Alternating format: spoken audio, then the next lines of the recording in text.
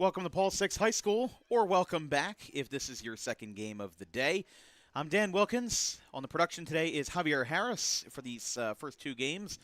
As it's a chilly Saturday morning and the Saturday before Thanksgiving, it was a little bit wet because we did have some overnight rain, some folks getting their seats cleared prior to packing the stands for the second game of the morning/afternoon as we prepare for noontime. Here in Haddonfield, it's the Lawrence Cardinals versus the Belmar Purple Eagles. This is the 10U matchup, or 110-pound division. Lawrence 7-1, and Belmar 8-0. They beat Hopewell Valley 46-18 in the first round of their playoff game, and they beat Florence 25-6 in the semifinal round. So we were going to start a couple minutes early, but the referees aren't on the field.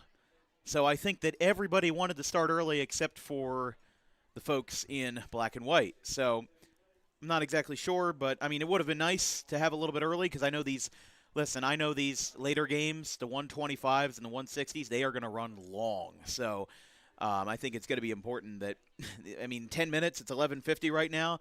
Would have been very nice if we got that 10 minutes in. But, alas, I can't complain too much as this is what we got. This is the 110-pound championship. We'll just do a little preview real quick. Listen, this has been a good series so far. Belmar took off Northern Burlington 35-0 in the first round. Belmar 8-0. Everybody else 6-2 or worse. 4 teams had a 6-2 record. Lawrence, Northern Burlington, Florence, and Westville.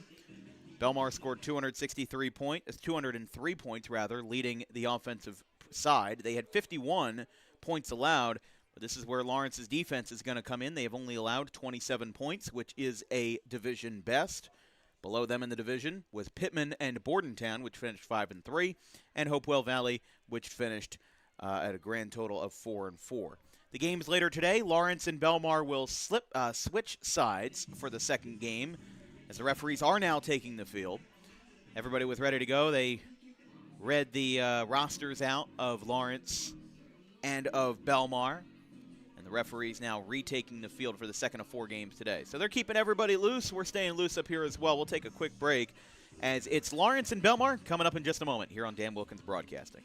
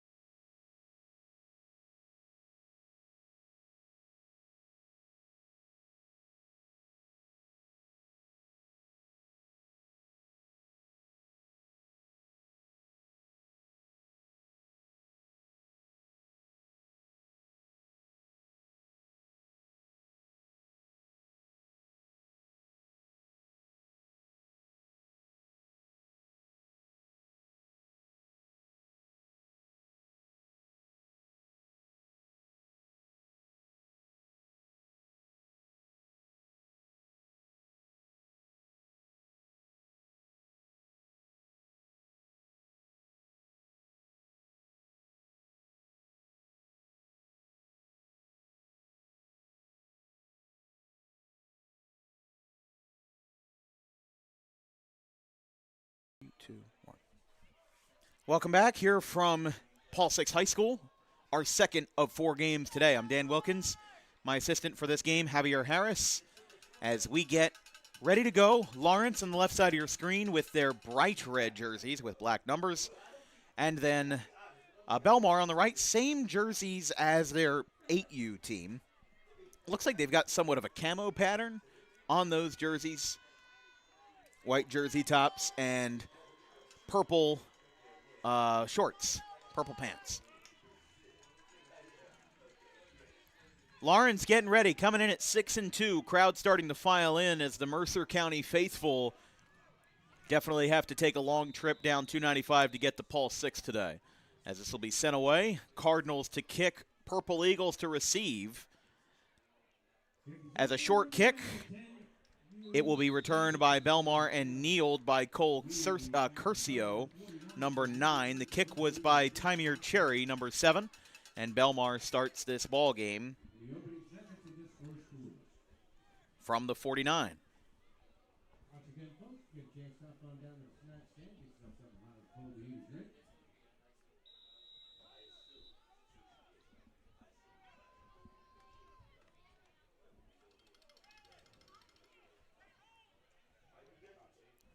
Lawrence, the number 2 seed.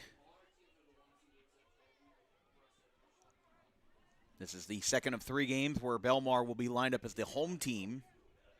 You can see the sun is starting to come out. It's getting a little bit brighter as we were mostly overcast this morning as we hit noon time. Another rush up the middle. How about this? First play, left side. Watch him run to the 20, to the 10. One man down, one man to go, and the Purple Eagles are in the end zone. Touchdown. Number 2, Christopher Roundtree.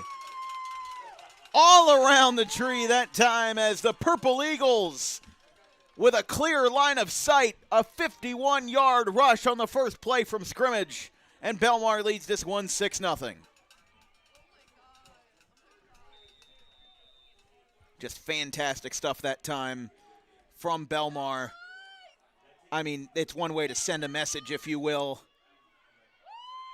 We've seen a couple of football games this year in youth and in high school that have had some fantastic starts.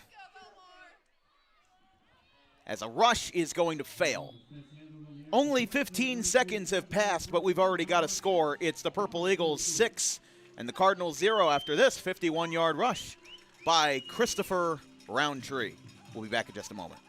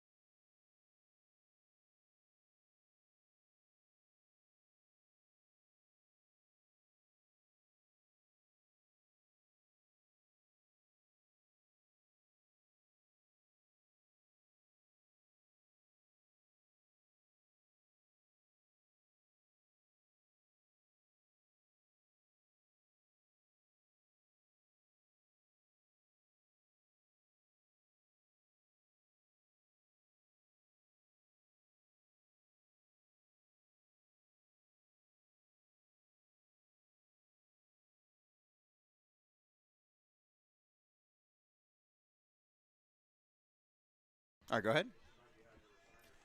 Well, how about Christopher Roundtree?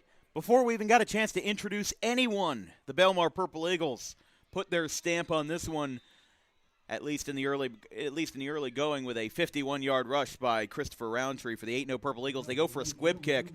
It was touched, but Belmar did not nearly have enough yards on it, so that will be Lawrence ball from the 46-yard line. It's going to be decent field position here for the Cardinals. On our first offensive opportunity of the day, the opening seconds of this first quarter.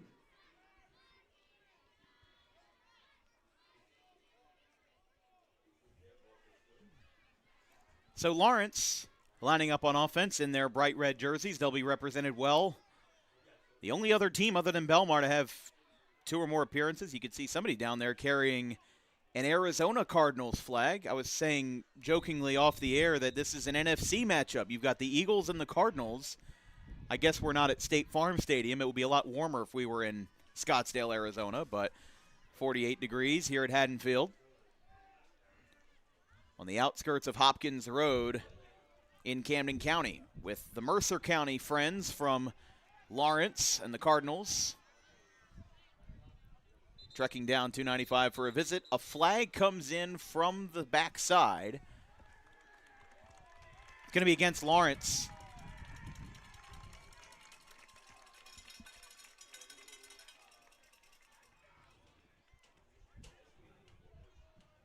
Too many men? Illegal formation would have been after the play. Usually if there's an illegal formation, they let the play run and then they let it go. But now it's 1st and 15, back from the 49.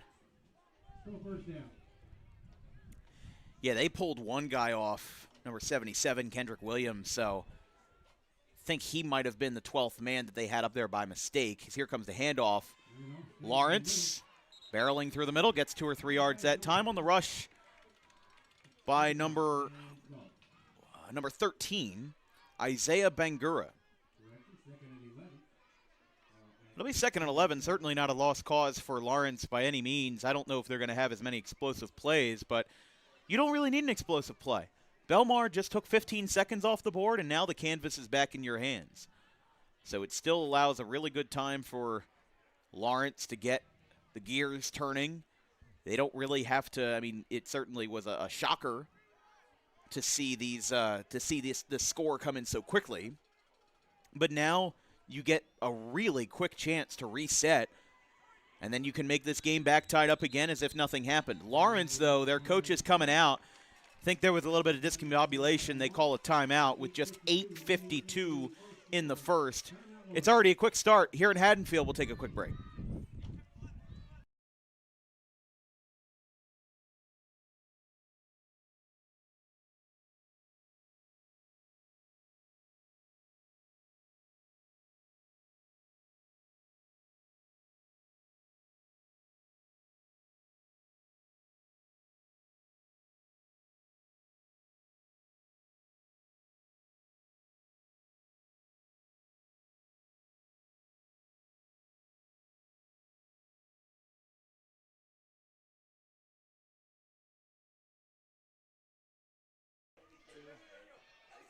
Lawrence coming back from timeout. They trail in this one 6-0 to the Belmar Purple Eagles here in the 10U WJYFL Championship. You're watching coverage here on Dan Wilkins Broadcasting as we've got a good game so far. 51-yard rush by Christopher Roundtree put the Purple Eagles on the board. A rush failed subsequently.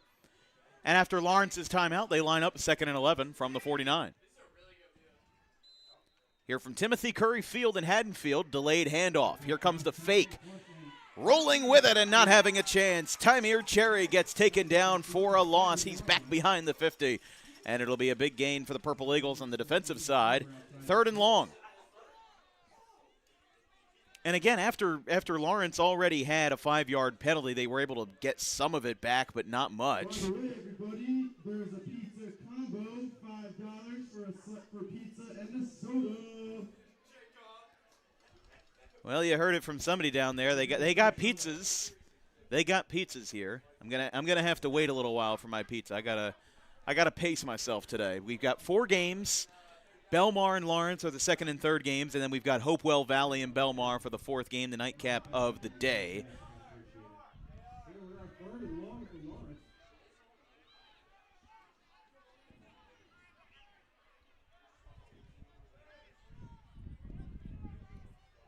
Third and long. Line to gain is at the 36-yard line. New quarterback. He drops back, and he's in trouble. Back-to-back sacks. Coming up with that one, number 77, Zaylon Morton. As a tackle made on the QB, number 17, Bryson Rice. And this is going to be a big loss for the Cardinals as they'll be lined up 4th and very long. Again, first down markers at the 36, and they will be inside the 45, so they do go for the punt option in a relatively short drive, And the Purple Eagles will take over again after a strong defensive stand. They're letting the clock run a little bit. They let it stop at 7:07. So the question is, will Belmar have more than one play on defense? Or on offense, rather.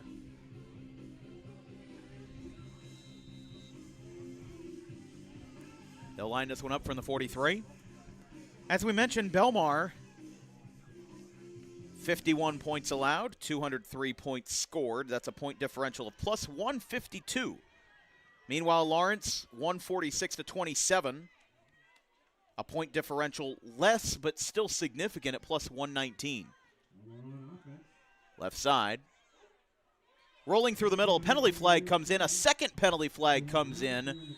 They came from different angles, so these might actually be two different infractions. The rush came in to the 46-yard line. But again, I can't tell whether or not these are two different infractions because they came in from different angles. We've got a hold on the offense, and I think that's the only one that they had. So sometimes it's a little bit difficult because if the ref throws the flag at the same time, then yeah, I mean you could tell that it's for the same infraction. But they were far enough apart where I thought that maybe it was for something additional. They'll line this one back up to 1st and 20. They're at the 33. 6:50 and counting in the first quarter. Here on a now partially sunny day from Haddonfield at Paul Six High School, Major Timothy Curry Field. Like we said, we haven't been to Paul Six for a football game at the high school level, but we've been here plenty of times at the youth level.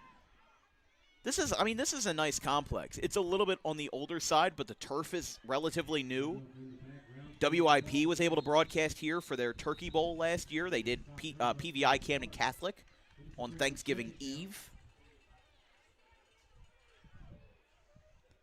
And this is just overall a nice complex. If you ever go inside and you go to the basketball gym, I know we'll have some PVI basketball games, should be noted.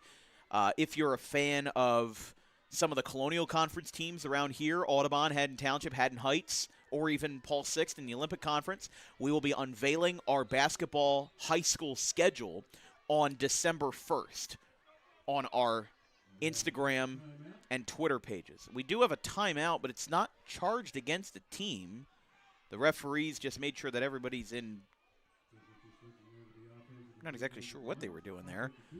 Belmar is now lining up in an I form. They do resume play. So whatever situation it was has been reversed. They send a man in motion. Number 5, Julius Hall. Over the middle, Lawrence is going to get a stop. And this is going to be a big gain for Lawrence here. I could really feel this game being a nice back and forth if it continues to be like this. Tackle was made by number 36. Actually, I don't have a 36. That might be number 35, Jabril Miley. Lawrence led by coaches Larry Green, Russ Waller, Justin McKinney, Tyler Dowers, and Antoine Graves.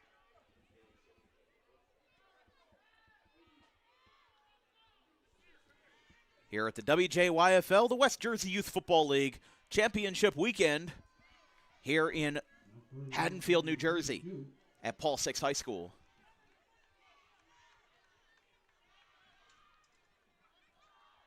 Dropping back, pass left side. It is caught by Ferguson. A flag is down. He stays on his feet, goes out of bounds more or less on his own terms, was chased out of town by Justice McKinney. Let's see what the penalty flag's about. Hold on the offense. That is the second hold against the offense in this drive, and that came on a rather successful pass trying to get Belmar out of a rut, but it now backfires against them. And if you're Lawrence, I honestly wouldn't question you if they decline the penalty, but they do accept it. I personally would have declined it, I think. I think that just the weight of it, the fact that you very well could have gotten a 4th and long situation. You now have a 3rd and really long. Let's not beat around the bush. First down markers at the 47. You still have to go a very long way. Grand total of 34 yards. But when Belmar's first play of the game with a 51-yard rush by Christopher Roundtree, you want to try to eliminate those as best as you can. As a pass, incomplete and double coverage. Broken up by a combination of number 22, Caleb Shaner, and number 3, Deshaun Campbell. So, yeah, we thought that passing at the 8U level was such a unusual caveat. Were they asking to run the clock? Can't tell what they were doing there. Oh, they're asking to punt option. Okay. I couldn't tell what was going on there, but Belmar does opt to punt. They had a long way to go, and we've got back-to-back punts now with 3:50 and counting in the first quarter. So Lawrence with 25 yards will take over. So I think what they're doing, and I might be wrong on this, is that when they do the punt option, they shave a couple seconds off the clock as if to simulate a real punt, which would take a couple seconds off the board from the time it gets snapped to the time it gets, kicked, returned, batted around. I actually do like that. I have seen youth leagues that do punt options but don't do that little running clock thing. So it's a neat little caveat. Right side rush by Lawrence, staying on his feet. 26 like Utley. It's number 26 for the Cardinals. Kenzo Banton gets an immediate gain of 15. And they're going to be up at the 29-yard line is where they say Banton went out of bounds. But Lawrence, with a pretty hefty bench, getting ready to use a lot of their personnel here this afternoon.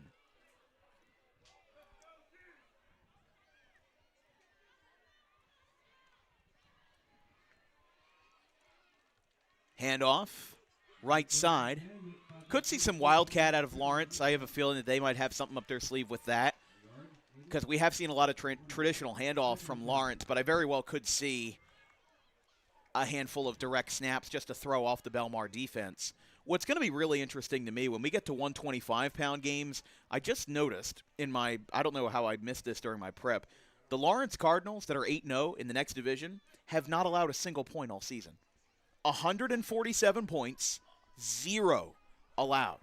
No wonder why they said that the 125 Lawrence Cardinals was going to be the game of the day, because they haven't allowed a point all season. Are you kidding me? I can't believe that.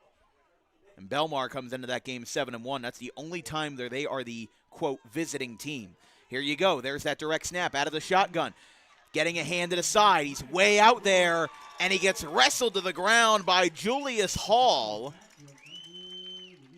as the tackle stops Tymier Cherry, and Lawrence, with 2 minutes left in the first, getting a little bit rattled there as they lost a lot of yards on that play and did a lot of damage to what was otherwise a really successful drive.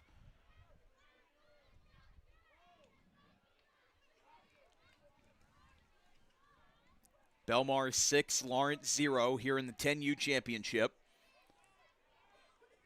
We'll have a much-needed day off tomorrow, and then we'll be back, and a day off on Monday. We'll be back in action on Tuesday. Men's basketball in NJCAA Region 19 between Thaddeus Stevens, the Bulldogs, and the RCSJ Gloucester Roadrunners. Dropping back, fires a pass, left side, double coverage, picked off. Interception by Belmar.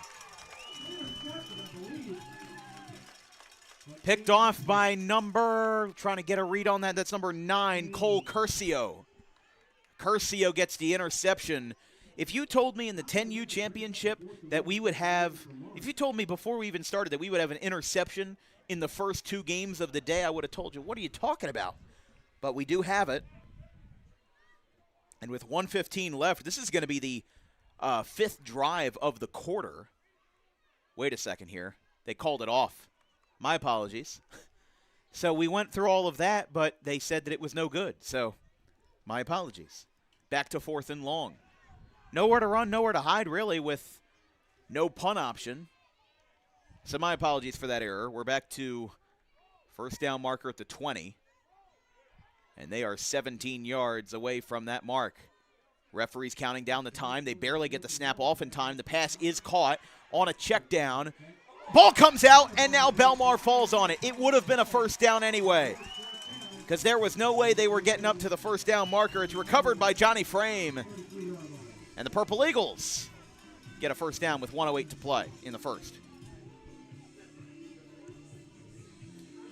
Yeah, I mean, in that situation, I don't know. I mean, the interception would have been a little bit cooler for Belmar. They get the fumble, but depending on where he was, Bangura, or no, that was number 15. I think that was Cassius Utsi.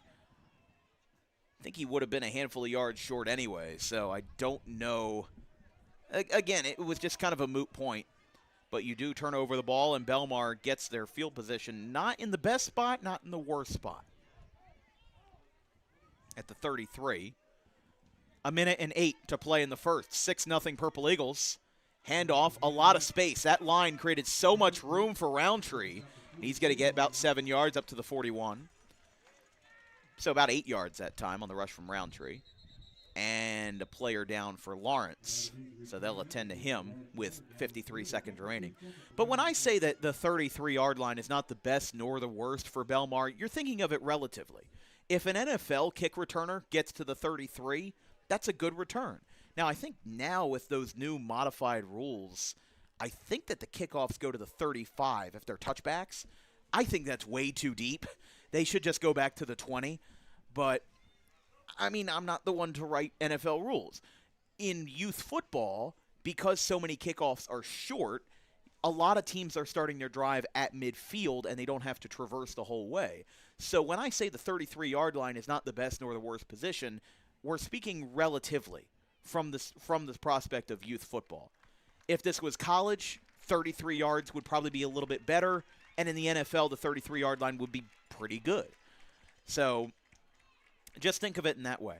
That Lawrence player, luckily, who was shaken up, is walking off the field under his own power and without assistance. That's number 11, Justice McKinney. Again, just the more we go throughout the day, you're going to see some players get shaken up. Again, I think the thing is, in youth football, we talk about it a decent amount. These kids don't have really a restraint yet on how hard they need to hit the other kids. They just know, I got to hit them as hard as I can, and sometimes it just doesn't work out that way. They got an 8-yard gain, and now Roundtree's going to have more room. That offensive line is holding up so well for Belmar. They're going to get this up to the 40 as the tackle is finished off by the Cardinals for a gain of 19 yards, and another Lawrence player is down. So Roundtree gets the first, Utsi gets the tackle, and another player, as we mentioned, for Lawrence, is down.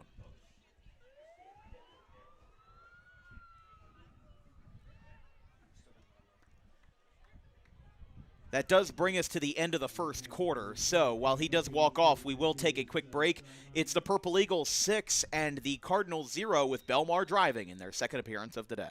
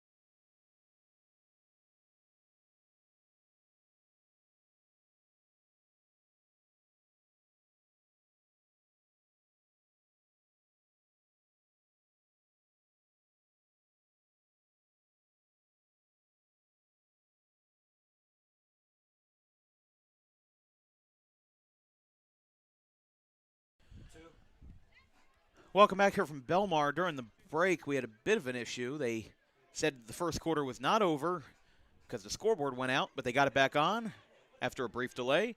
And they did say there were technically 4 seconds left, but because the referees had already spotted the ball on the other side of the field, they just said let the clock run for 4 seconds. And we now reset for the last 10 minutes of the half. Rush, I believe that's Williams. Big rush that time, but he ran into a brick wall on that Lawrence defense. Belmar scored once on the first play from scrimmage in this game, a 50-yard rush by Christopher Roundtree.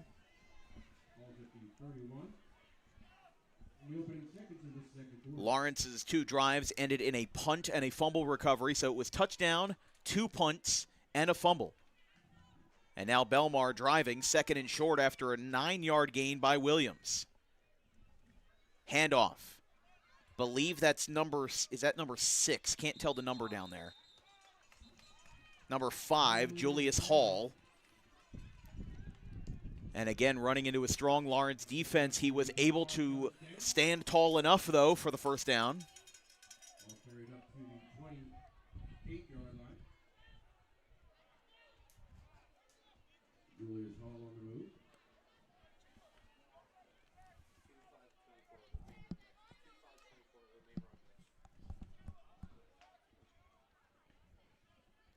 First down for the Purple Eagles from the 28.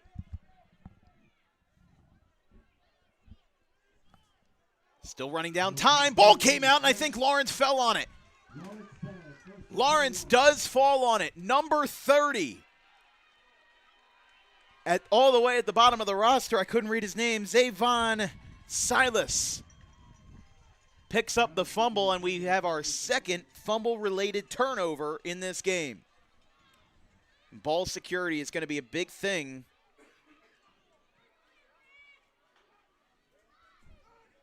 Especially in a game that very well could be low scoring.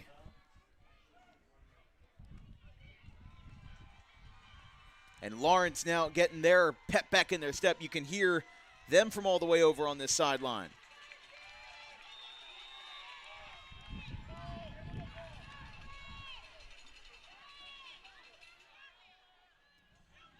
First and 10. They're lined up from the 27.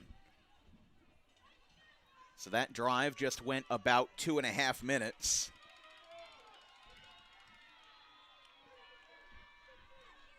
So Lawrence looking to get on the board for the first time on their 3rd drive of the day, and now a penalty flag. One of Belmar's side coaches was upset about something. They do call a false start against Lawrence. It was a bit of a delayed flag. I'm wondering if the coach saw something before the refs did, or just in a little bit out of sync.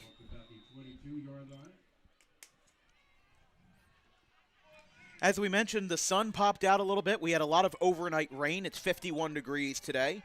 It's only going to get to a high of 53, and then it's going to dip. It's going to be down to 35 tonight, but that will be long after our games are done. Good snap out of the shotgun. Number 8, Alexander Marshall, marshalling his way to a first down with authority. A gain of 20. A gain in total of 24 yards. Up to the 45. And Alexander Marshall, the grand marshal of that rush. First down. And plays like that may define this game. This may be a game of who can break away the most. Belmar's only score came on a 51-yard rush. And honestly, youth football is almost designed for either methodical or explosive plays. There's not a lot of middle ground. You're either going to get a 7-minute drive that results in 6 points or a 15-second drive that results in 6 points. A direct snap to Silas. He's not going to get all that far, though. Forward progress is going to bring him down just a yard or two ahead of the line of scrimmage. Finished off by number 20, Johnny Frame. And a penalty flag is down. This came in the middle of the play. Well, the referee is counting the amount of Lawrence players on the field. Do we have another too many men?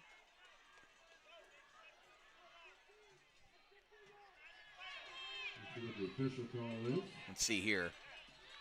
too many men. Too many men. You were right there. So that's what they called.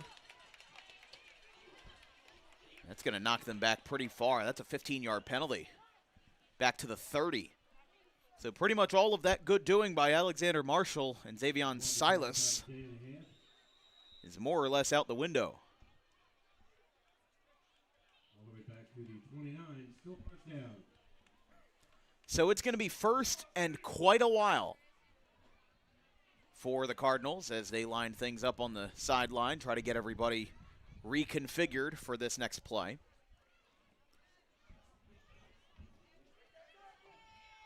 And again, the turf isn't exactly wet, but it did rain overnight. If this was a grass field, ball control would be a much bigger problem than it is.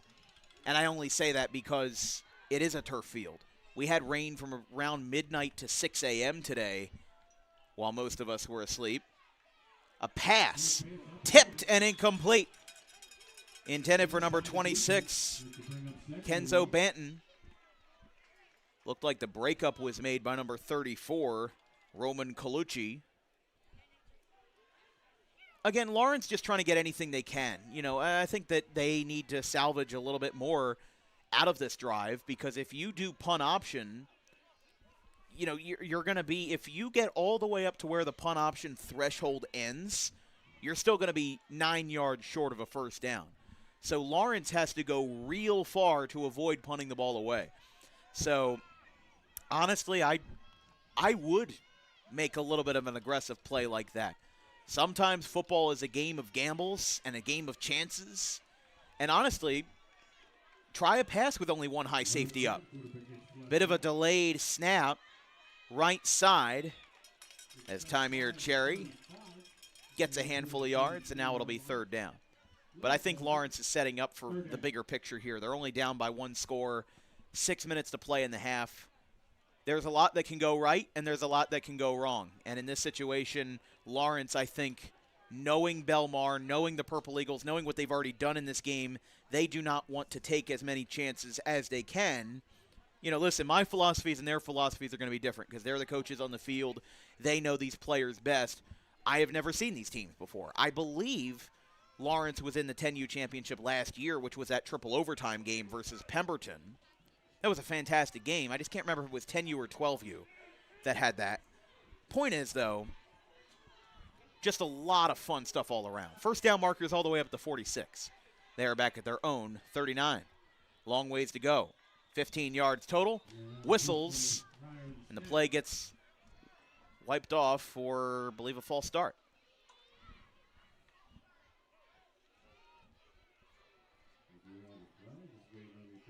It is a false start.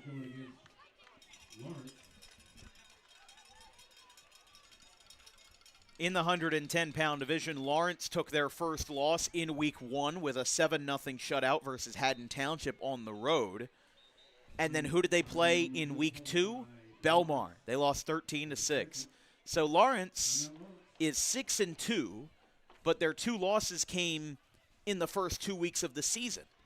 Honestly, I mean, that's what makes me feel a little bit more confident about Lawrence is the fact that even though they're 6-2, they haven't lost since early September. And the 2 losses that they did have, again, a 7-0 loss to Haddon Township and a 13-6 loss to Belmar. The regular season, though, is a lot different than the playoffs. And when you see these 2 teams coming together, there's a lot to like. So we'll have to see. 5:16 left in the second quarter. Some Belmar players starting to show up for the 12 noon or 2 o'clock game between Belmar and Lawrence. We'll just flip the scoreboard because Lawrence will technically be the home team for that game as the 1 seed. I shouldn't even say technically. They haven't allowed a single point all year. They have earned that number 1 seed. You don't get much better than that. 5:16 to play in the first half. Lawrence backed up deep, and if this play doesn't work, there's a chance that they will punt for the second time this afternoon.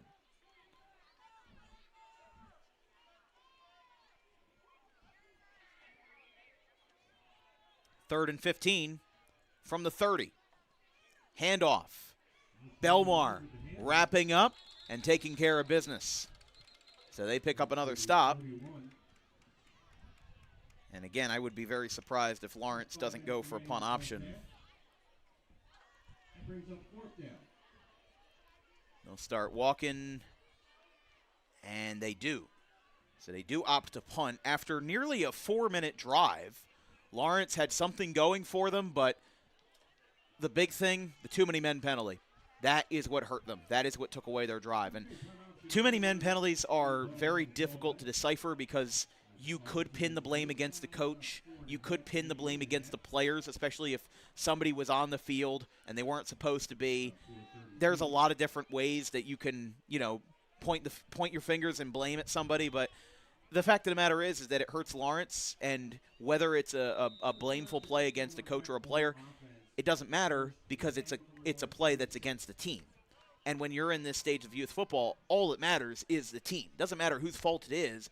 If one person does wrong, everybody's going to hear it, whether you're an adult or a 10-year-old kid. So that's just how it is. But Belmar takes over. They took about 20 seconds off the clock. We resume with 4:32.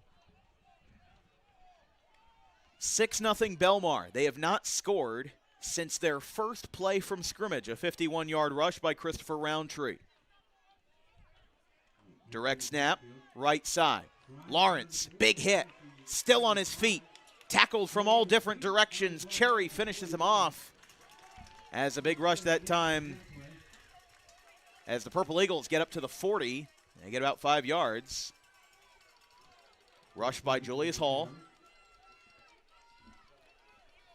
Line to gain is at the 36, and it'll be second down in mid-range. Again, the Lawrence fans and the visiting crowd, they'll have a 2-for-1 special with some fans traveling. I believe Lawrence is about 45-ish minutes away from the last time I was up there in that area. But Belmar calls a timeout, their first of the half. We'll take a quick break, 3:42. Clock's running, I'm not sure. They're going to reset the clock somewhere. We've got about 3.5 minutes to play in the first half.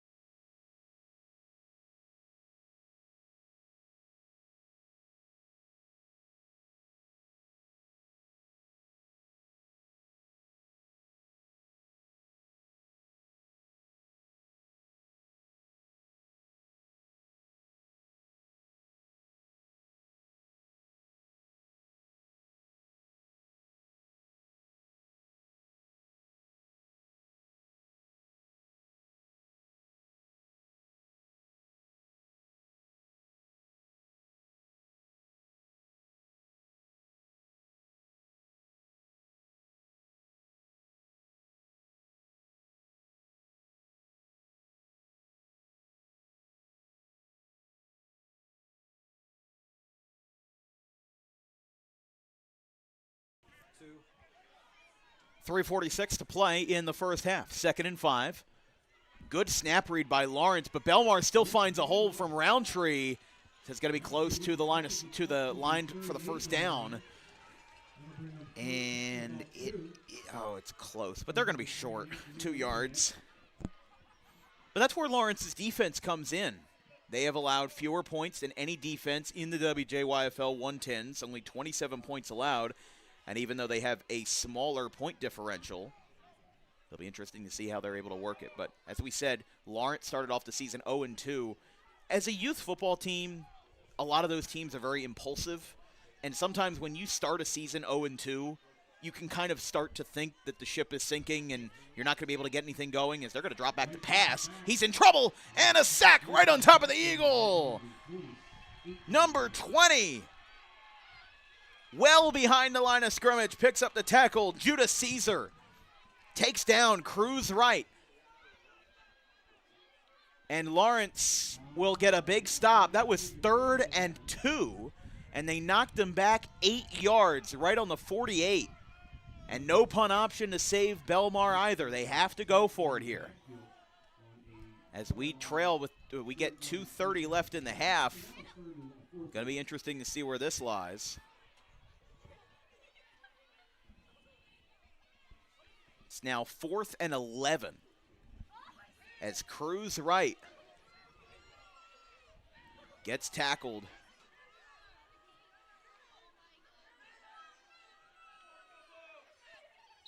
And whistles. Where's this one going?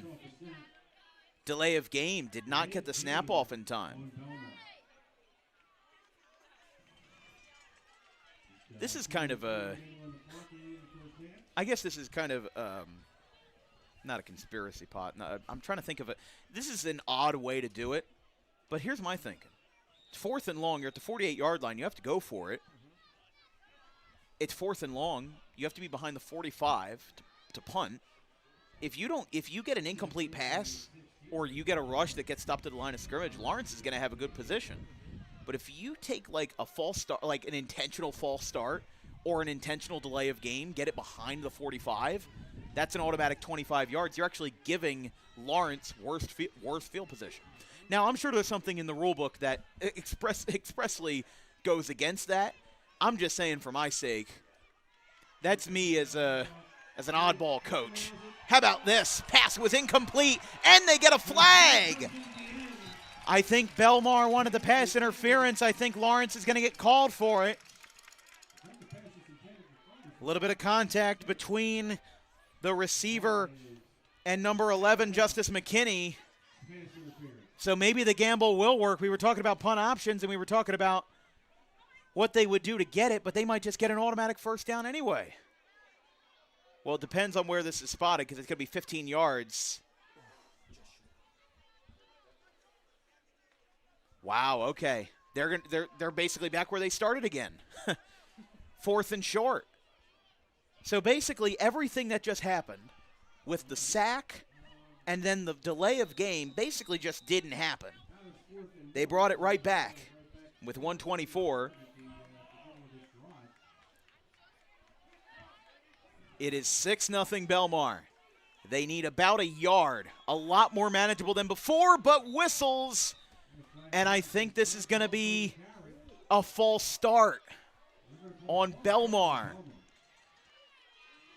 And they did not want that at all. So somebody jumped. Couldn't tell who it was, but the coach will give him an earful as it'll be 4th and 6. I mean, I'm just thinking 4th and 1. Lawrence didn't even line up in a hard count. Belmar did that to themselves there. And that's going to keep this game close as we we get closer to halftime.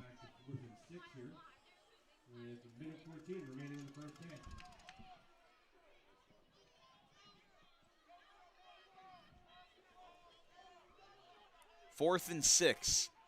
For about the last 5 minutes, first down marker has been at the 36. Another flag. Left side gets tackled from behind on the rush by number 24, Eddie Cross.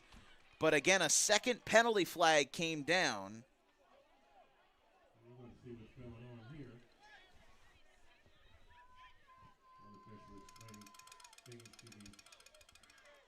Hold on the offense. What a heartbreak for Belmar. They were 1 yard away, and they would have had it. But a false start. Again, and Lawrence didn't even try to, get them jumping. I didn't see anybody try to cross that line. I mean, obviously there's no such thing as a hard count on defense because you don't control the ball. If anything, they're going to be the ones to try to hard count you. It's like in Madden. You press R1, you try to get them to jump, and then 9 times out of 10, you're the one that jumps.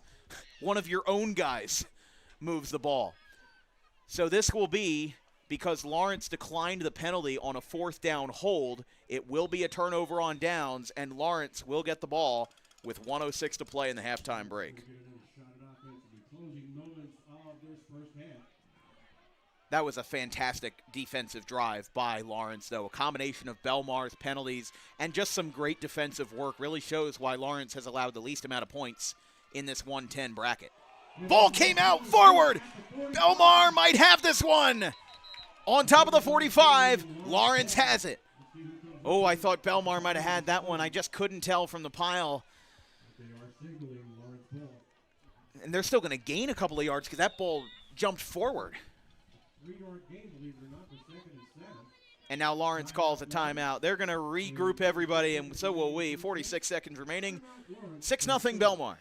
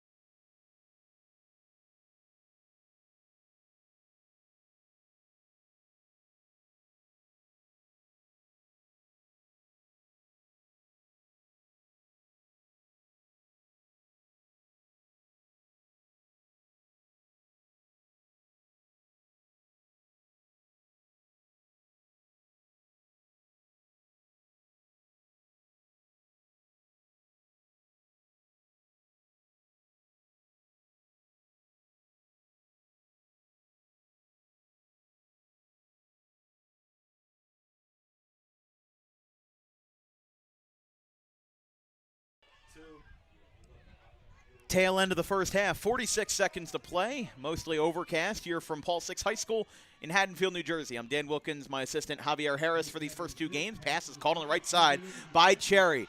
In the cherry red Lawrence Cardinals uniform jerseys as they'll keep him on his feet down at the 43. Thought he was out of bounds. They did stop the clock with 34 seconds left. It takes 12 seconds off the board. As Lawrence lines up, looking to tie this game or even take the lead before the halftime break. If you recall, Belmar, obviously looking at your lower third, they missed their first PAT attempt.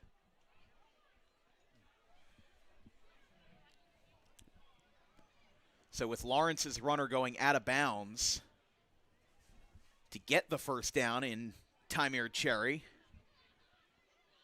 Lawrence having a brief meeting to try and get everybody going. Again, just when you have a game that has a tempo setter with Christopher Roundtree's 51-yard rush to get into the end zone, first play of the game, and then we've had radio silence since, it'll be interesting to see how it goes. 34 seconds remaining in the half. Penalty flags. We're going to have a false start here. False start on the offense. 1st and 15. That gives Belmar a little bit of confidence. Fans filing in. Interesting combination there. Chicago Bulls and the Los Angeles Dodgers.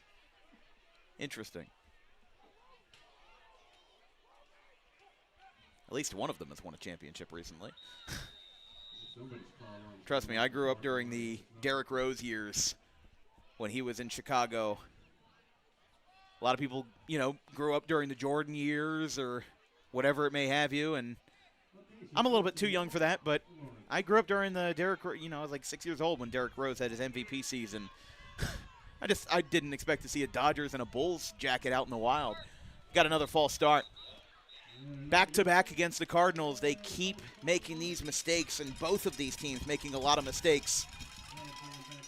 Both teams holding their feet to the fire with penalties. Back-to-back false starts, and it's now 1st and 20 by Lawrence's own doing with 33 seconds left in this 10U Championship's first half. Remember, Belmar being represented at all 4 levels, and, well, Lawrence parents get to stay in the grandstand for the 3rd game in the 12U, where Lawrence will be the home team for the first and only time today. 33 seconds left in a very long last minute of this first half.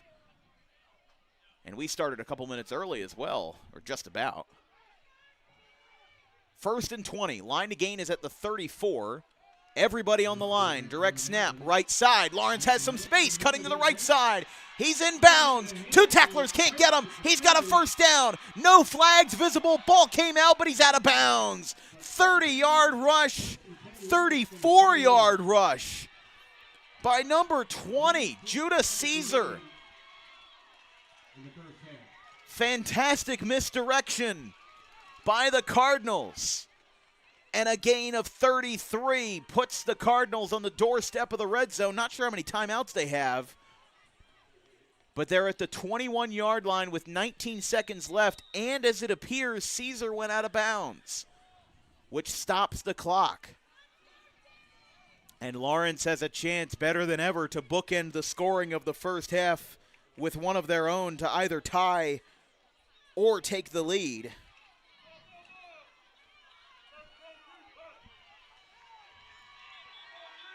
Whistles. Timeout on the defense. Belmar calls one. We may need one as well. This is looking like a very good game. Lawrence held their own last year versus Pemberton. We'll see if the Purple Eagles can make the stop on defense. We'll be right back.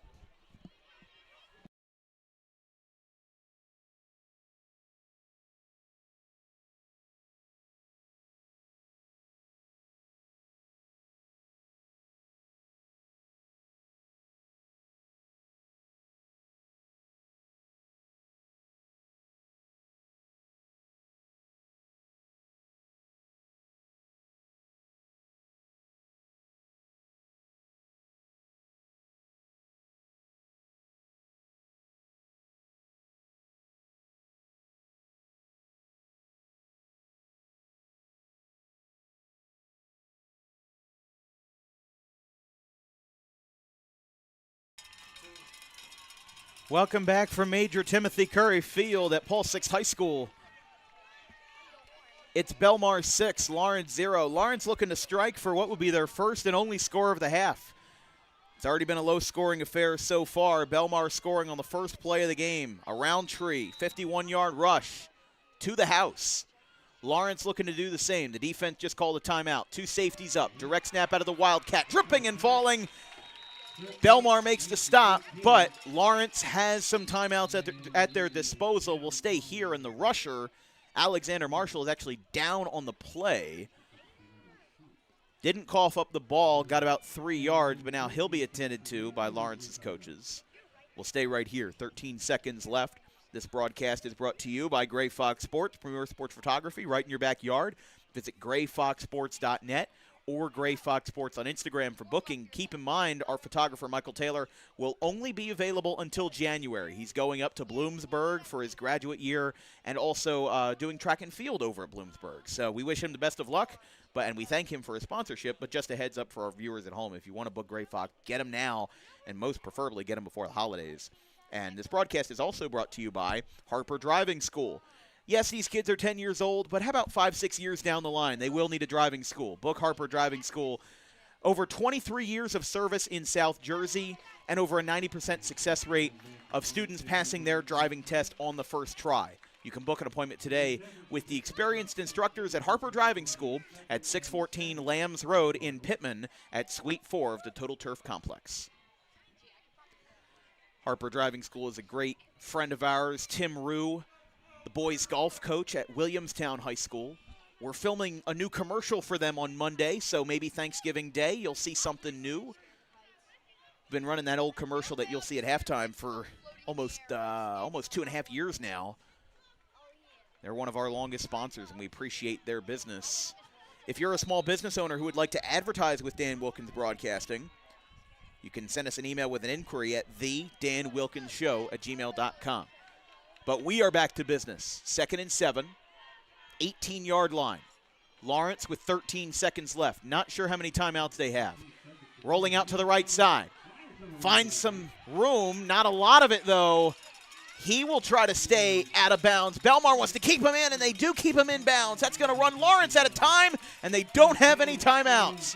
At the end of the first half, it's 6-0 Belmar as Lawrence gets stopped big time as the Cardinals unable to come up with anything. The rush, I believe that was by Amir Graves, just did not come up properly.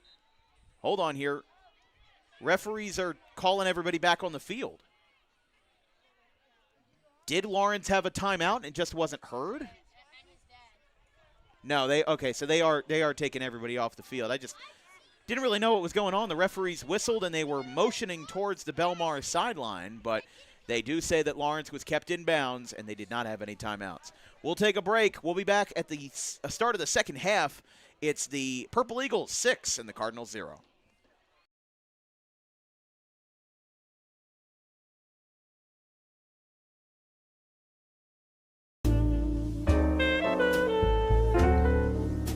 May is Mental Health Awareness Month. It is the responsibility of all of us to make sure that our friends, family, and anybody who we hold dear in our lives is feeling well. The problem with spotting mental health issues is that the symptoms aren't that obvious. Just because someone is okay or appears okay on the outside doesn't mean that they're okay on the inside. It's important that if they are in distress, that they call the right people and they get the help that they need. And it is very important that we treat each other with respect, regardless of who you are or where you come from.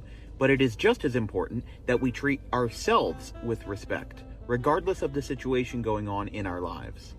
If you're in distress, you can call this number, 988, or you can visit any of these websites if you're not in distress, but would like to learn more information about mental health awareness and research.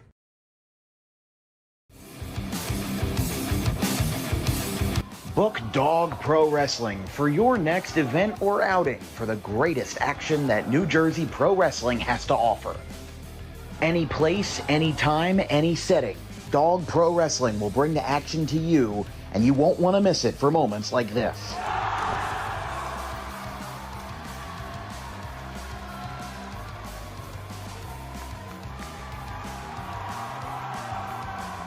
But don't just take it from me. Take it from Max Mundo, the Dog Pro Wrestling ambassador.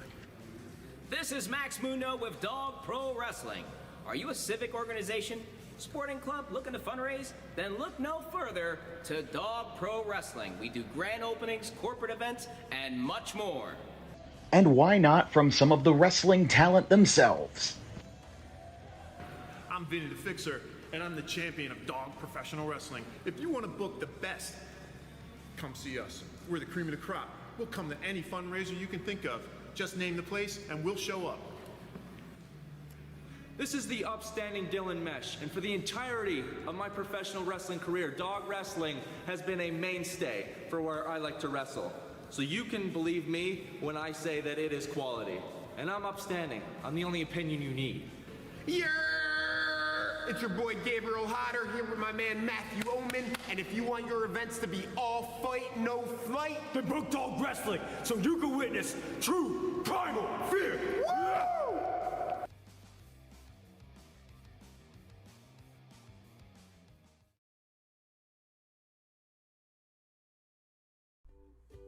In life, the road ahead is full of possibilities, but to navigate it safely, you need the right skills. Harper Driving School is the premier driving school serving Gloucester, Salem, and Camden counties. With experienced instructors, many of whom are teachers in local schools, we are dedicated to your success and will help you master the road with confidence. With an over 95% success rate of students passing their road test on their first try, you know your student will be in good hands while embarking on a huge step of their young adult lives, all while avoiding the lines at the DMV and getting insurance discounts. We chose Harper, and so should you.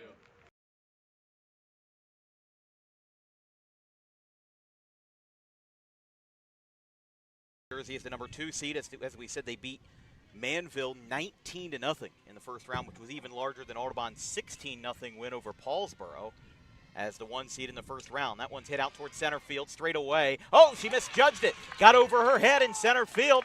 Now this one's got a chance to be 3 bases for Spire. She's flying around third. Here comes the throw to the plate. It is not in time. What a way to kick off a semifinal with an inside the park home run.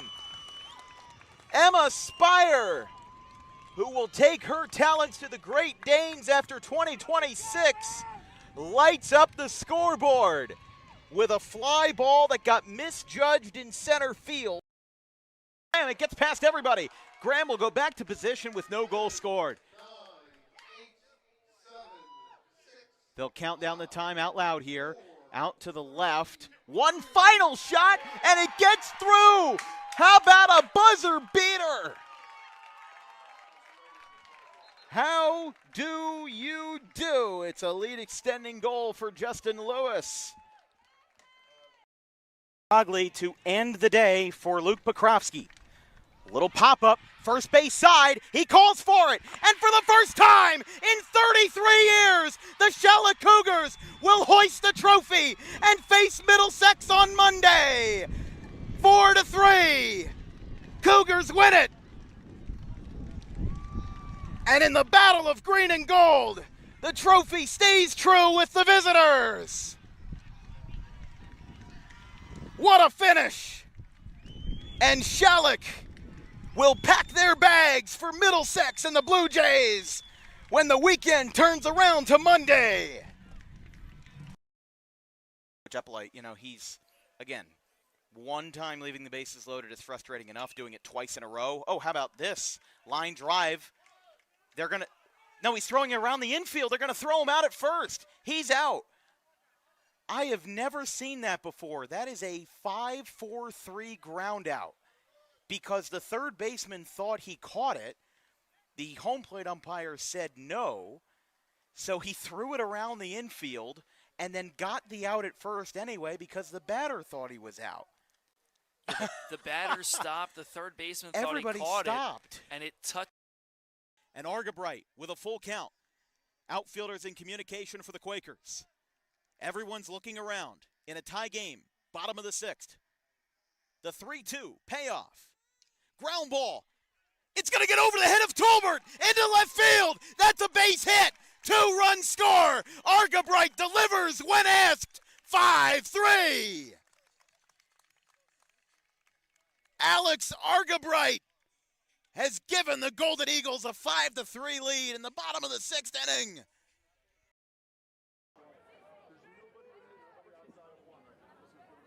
So after the holding call to be 1st and 20, as now rolling out to the right side, he's got a little bit of room to run on a QB rush. He's going to get a first down. There's no flags, and how about this for 61 yards? Anthony Gaetano with a QB rush that works to perfection. He hugs the sideline, and Anthony Gaetano gets the scoring started for the Red Hawks at 7-6.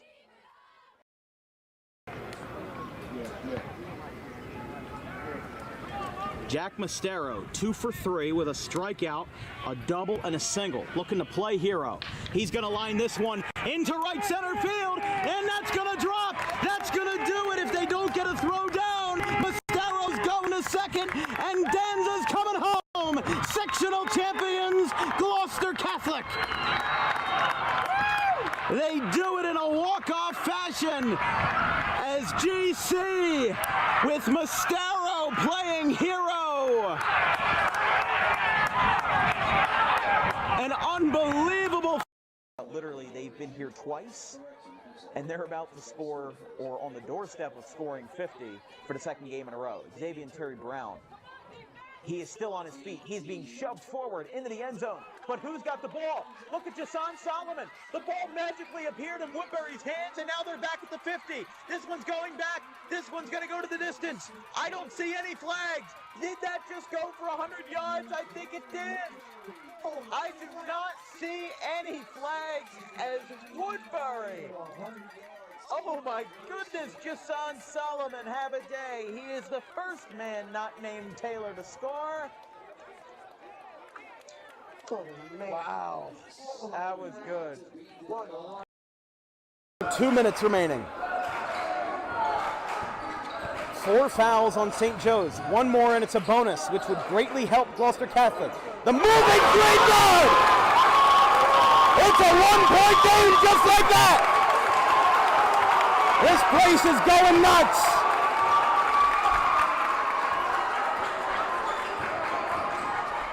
And now a drive to the basket by Spross. He lays it up and lays it in.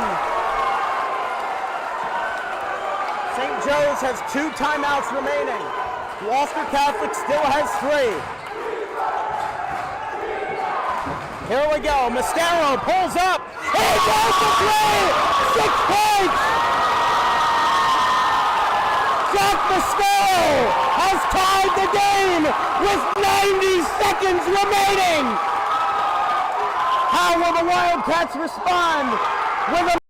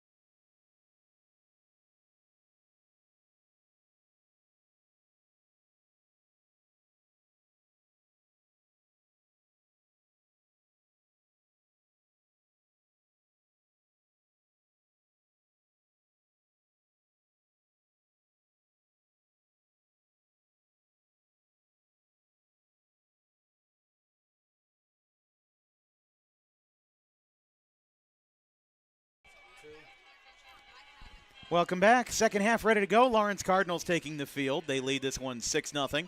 The only score of the game was for the Belmar Purple Eagles on the first play from scrimmage. It was a 51-yard rush by Christopher Roundtree. As Belmar gets ready to send this one off to Lawrence, let's introduce the Lawrence Cardinals to start the second half. We have Alexander Marshall, number 8. I apologize, these jersey numbers are not sorted numerically. It is alphabetical by first name, so I'm just going to run through it the best I can. Amir Graves, number 16. Brendan Thomas, number 43. Bryson Rice, number 17. Caleb Shaner, number 22. Cassius Utsi, number 15. Christian James, number 10. Deshaun Campbell, number 3. That's a short kick by Belmar. Bounces way up there, and Lawrence is going to have trouble with it, and Belmar just recovered the kick. It bounced up off of Liam Dowers, and the Purple Eagles recover. How about that?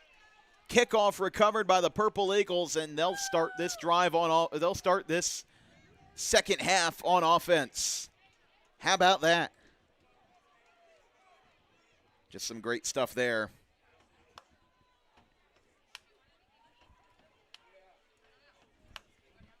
It's a great kickoff return, a great kickoff recovery. Going back to the Lawrence roster, Gabriel Pascal, number 80. Isan Waller, number 32.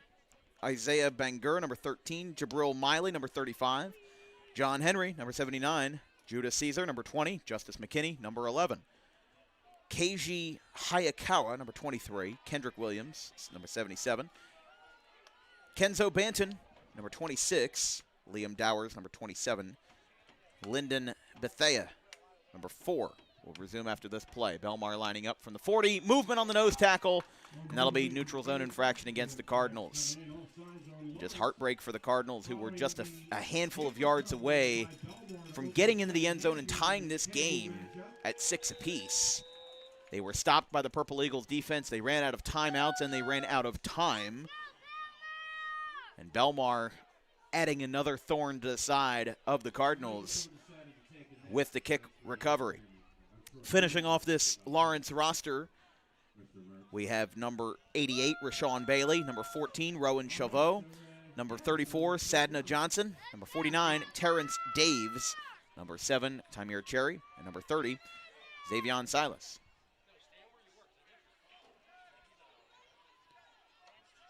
Oh, and another jump. Who jumped this time? Belmar says it's against them, and it is. They just got a first down without snapping the ball. 2 straight neutral zone infractions. Belmar is going to get 10 yards without moving an inch. Just a really tough break. Everything has gone wrong for Lawrence, and most of it you can't really blame.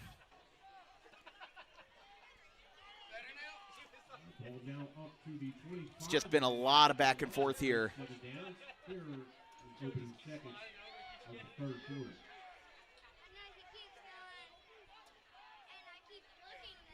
First and 10 from the 25. Belmar with a good snap on the left side, trying to break through some tackles. They do. Staying on his feet is Roundtree. Rolling out to the right side. He gets back to where he started, and he gets a gain of 5 yards. He's at the 20, maybe even the 19, and the Purple Eagles are in the red zone.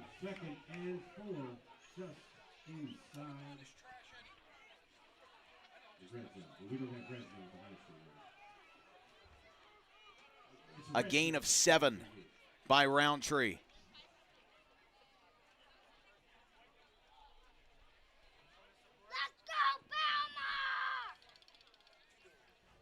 First down marker is at the 15.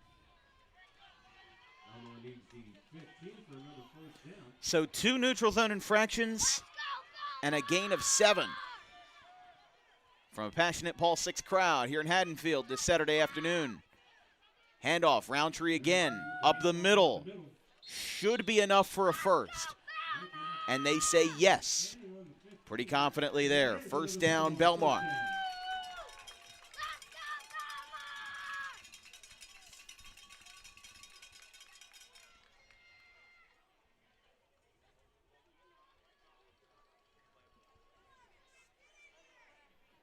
Again, this is our second year. Actually, it's our 3rd year covering the WJYFL championships, just not exactly consecutively. We covered them.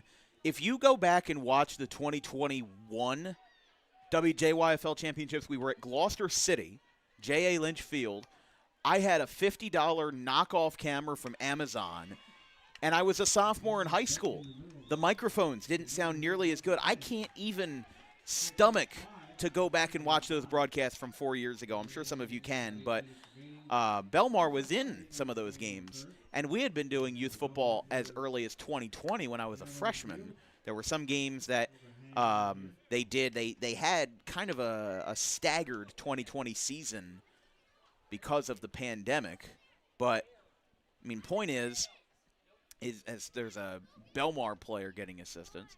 Point is that it's like night and day. I'm looking at the broadcast right now, and while I can point out about 50 different things that I would want to change, I'm sure the viewers at home, maybe feel a little bit differently. So just appreciative of everybody tuning in today, and also appreciative of Russell and the WJYFL for having us out here for the 2nd straight year. So it's now been 2021, 2024, and 2025. For giving us this opportunity. Northern Burlington was in a lot of those games in 2021. Belmar was in a handful of them. I think Belmar played Gloucester City. And, of course, in the WJYFL, as in every youth team, teams join, teams leave.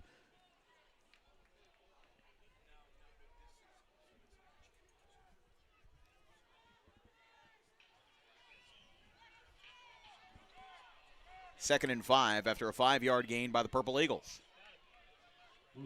Hand off over the middle. Lawrence looks like they're going to get a stop on this one, but it's still going to be a couple of yards. Don't know if it'll be enough for a first down, but it certainly will be a good gain. It's going to be 3rd and 2, Belmar. It's going to be a gain of 3. 3rd and 2. Just about 3 minutes into the second half here from Paul Six High School in Haddonfield.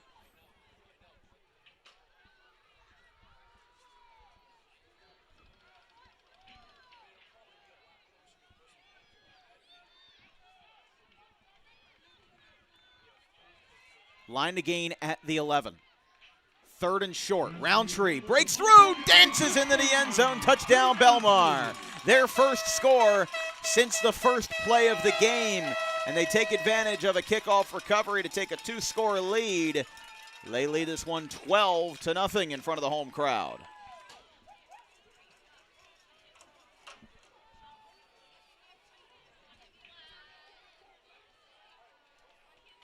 And again, looks like they'll try a 1-point conversion, although they could try 2 after failing the first time. Scoot up the middle for another 6.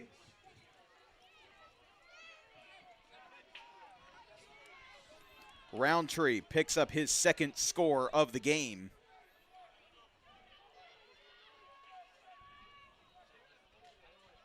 Here comes the conversion. They hand it off, and that's going to be short. Lawrence's defense coming up at the goal line with the tackle by number 30, Zavon Silas. We'll take a quick break. It's the Purple Eagles up by 12 here at Paul Sixth.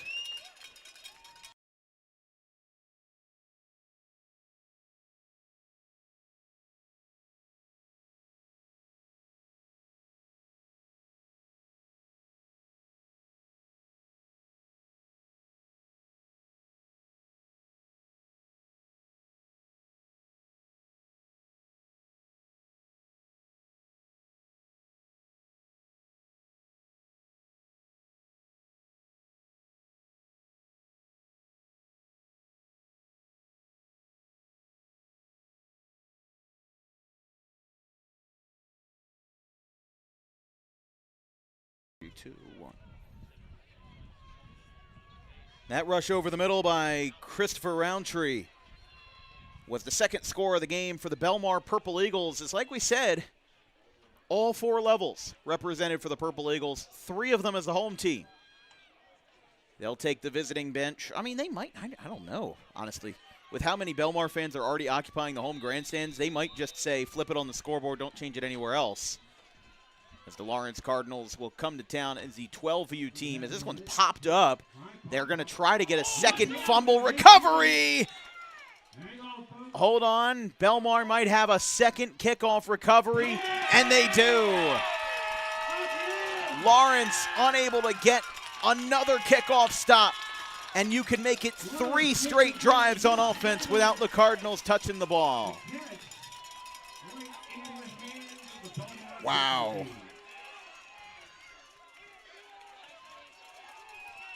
That is incredible, and it just shows how this Belmar team remaining resilient through adversity. I mean, considering that they've outscored their opponents 47-0 in the first 2 games, how much adversity do you want to say there really is? I don't know. That's for you to decide. But the way I see it, Lawrence has played a very good game, and Belmar now taking advantage of them in the worst possible time. 6:46 left in the 3rd.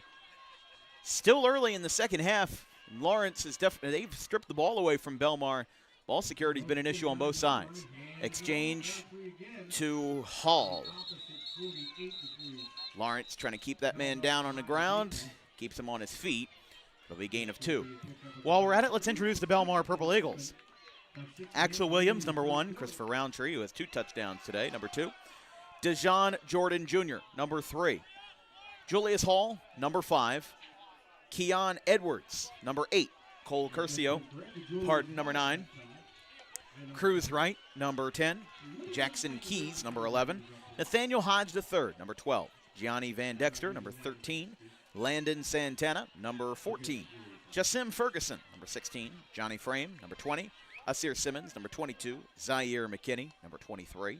Eddie Cross, number 24. And Kevin Hines, number 33, will resume after this play. Man in motion for the Purple Eagles, right to left. In the I form. Handoff to the running back. Breaks a tackle. Breaks a few. Down at the 37. First down, Purple Eagles. Roundtree able to pick up a boatload of yards that time.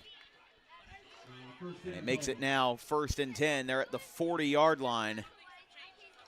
So a gain of enough, let's just say. They're going to be all the way up there. Gain of about 9. Rounding out this roster, Roman Colucci, number 34. Raiden Colucci, number 44. Jackson Kenny, Xavier Gardner, number 50. Jackson Kenny, number 55. Donnie Small, number 56. Killian Finley, number 58. Zaylon Morton, number 77. Jason Lender, number 78. Malachi Leach, number 90. And Troy Metz, number 98. Right side for Hall. He's got some space, but Lawrence was able to grab him by the skin of his teeth. If he broke through that one, I don't know how much longer Lawrence could defend him. They got him at the 11th hour. It's going to be a loss of 2. Tackle made by number 20, Judas Caesar. And again, even with larger programs like this, you know, as these roster sizes are going to grow, I mean, I'm just looking at my roster for the next game. They're going to get bigger and bigger and bigger.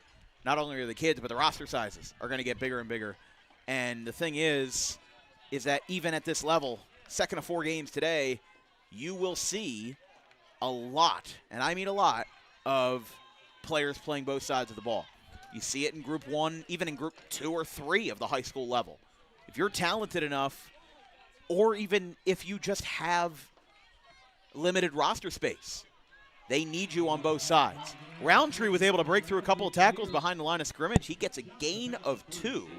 Back to where he started. He's at 3rd and 10. Timeout called by Lawrence. We'll also take a timeout. 3:44 left in quarter number 3. It's the Purple Eagles 12 and the Cardinals 0.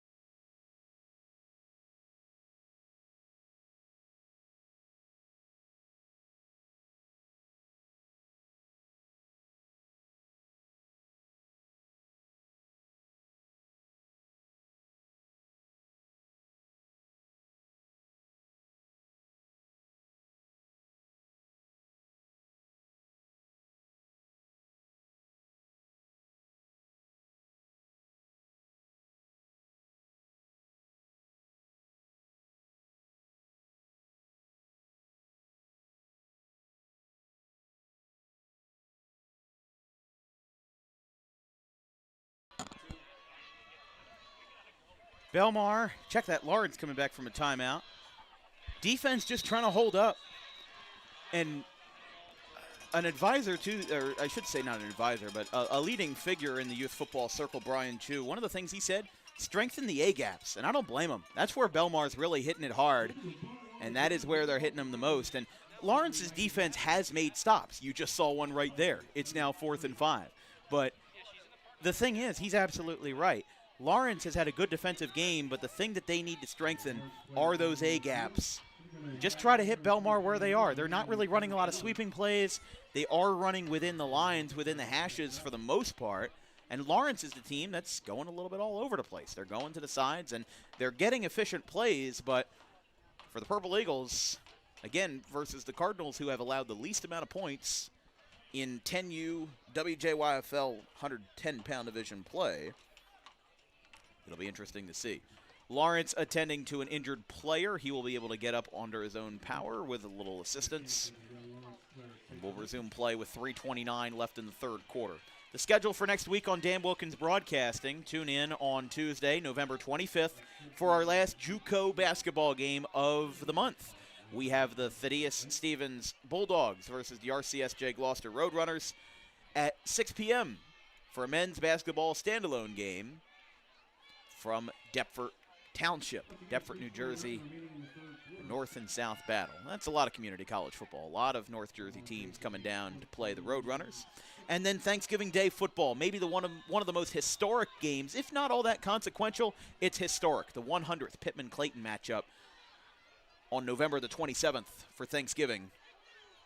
A historic Gloucester County rivalry coming to a head at Haupt Field, the Boatyard in Clayton in Gloucester County. 4th down, line to gain at the 27, and Belmar now calls a timeout. The coaches were out on the sideline. They did not look like everybody was on the same page, and now they'll go back out and talk it over. So in the span of a couple minutes, Lawrence has burned a timeout, and now Belmar has called a timeout. And if this game gets close in the 4th quarter, that could really throw everybody for a wrench. So calling these timeouts for procedurals instead of out of necessity takes away a little bit of your independence, if you will. So we'll stay right here. This broadcast is brought to you by the Rowan College of South Jersey Roadrunners at RCSJ of Gloucester County, New Jersey's premier community college with over 50 programs to get your associate's degree and to get a college degree at a fraction of the cost with direct connections for transferring to Rowan University. Visit rcsj.edu for more information for academics, including registration, which is now open for the winter and spring semesters. And visit rcroadrunners.com for athletic recruiting information. Not to mention 3 straight national championships in JUCO Division III baseball for the Roadrunners. 10 total. Big hit by the Cardinals, and they'll get a stop. Belmar gets shaken down at the 32, and the Cardinals will take over after 3 straight offensive drives by the Purple Eagles. I should say back-to-back, because the Cardinals ended the half with their plays that were stopped short, but Belmar had 2 kickoff recoveries to really set the stage, and one of them was directly consequential with 6 points on the board. But they turn over on downs with 3:02 left. I mean, if you congeal those 2 offensive drives by Belmar, you just took 7 minutes off the clock in the 3rd quarter. Really a big blow against Lawrence, because clock management is going to come into play for basically the entire 4th quarter.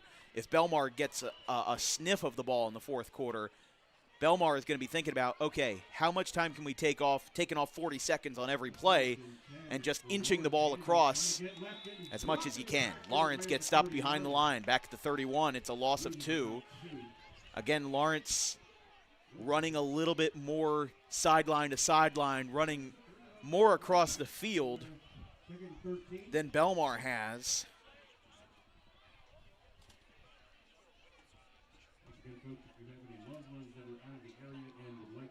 Any one of these games out. You have to tune into YouTube, click on the appropriate game link. They are individual per game. And check out Dan So second, it's going to be a loss of 3 yards. They're back at the 30. As many of you are aware, if you have an older kid who has graduated from the Lawrence Cardinals or the Belmar Purple Eagles and is going on to play high school football, you do know that we cover a lot of high school football, basketball, and baseball, but also events like this. That's another big hit. Lawrence coming forward on it, and that'll be another loss of 2. If you like what you see from the production of Dan Wilkins Broadcasting, and you have an event coming up, whether it's athletic or not, whatever it may be, book Dan Wilkins Broadcasting for your next event, whether it's youth, high school, college, amateur, semi-pro, whatever it may be. You can book Dan Wilkins Broadcasting for any sport, anywhere, anytime.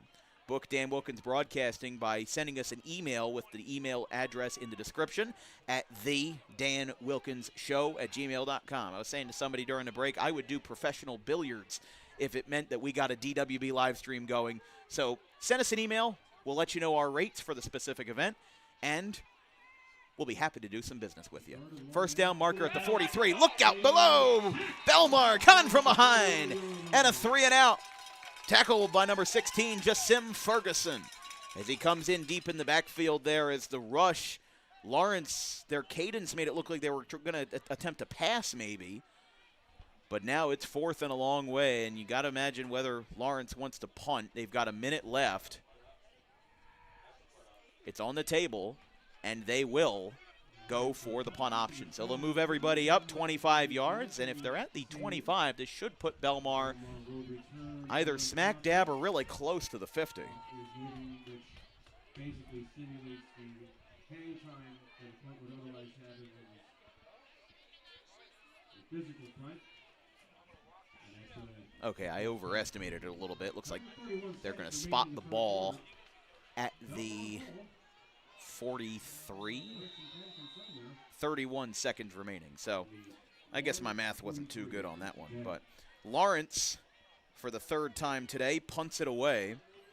Took another 2.5 minutes off the board.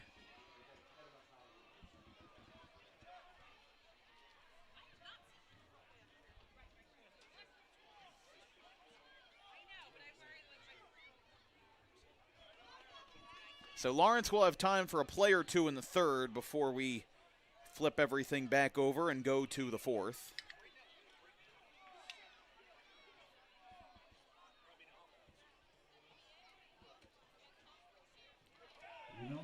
Rush by the Purple Eagles gets a handful of yards right on top of the 40.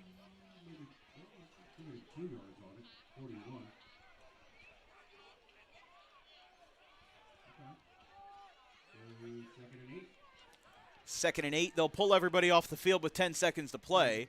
And at the end of the third, it's the Purple Eagles 12 and the Cardinals 0 as Belmar, the home crowd who has had a pretty convenient weekend. They didn't have to travel all that far. All of their opponents did. They won 35-0 in the first game. They're up 12-0 3/4 of the way into game number 2. We'll take a quick break right after this.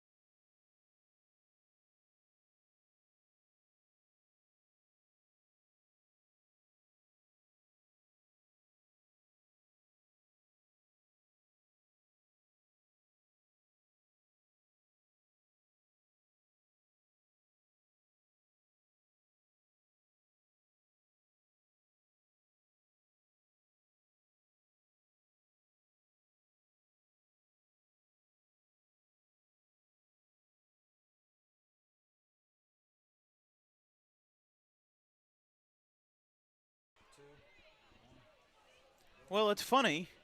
When you look through the trees, that little brick building in the background is actually a middle school for Haddon Township. Normally when we're covering football, either whether it's here or not, sometimes you miss a lot of what lays behind. It's kind of like when you're driving on the highway and you're like, wait, I can see the other side of the road now. All the leaves are gone. It's the weekend before Thanksgiving. Winter is truly settling in. The fall colors are fading away. And a big hit from the back, tackle combined by number 11, Justice McKinney, and number 20, Judah Caesar. Belmar's first play of the fourth quarter got them a handful of yards. First down markers at the 33, and they're lined up at the 36. So it'll be 3rd and 3 if you do the math. Lawrence and Belmar fans, got good news for you. I mean, you probably all know already, but these two are playing again in the 125-pound division.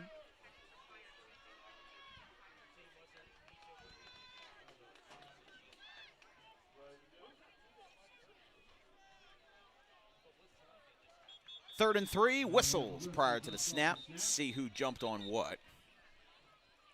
Belmar's sideline making it look like it's them. Yeah, you can see that reaction there.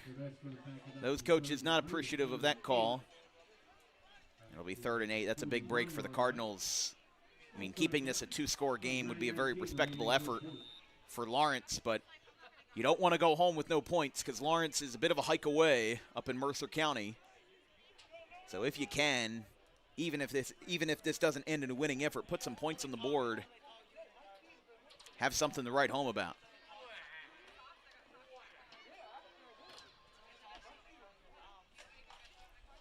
Third and 8 from the 41-yard line.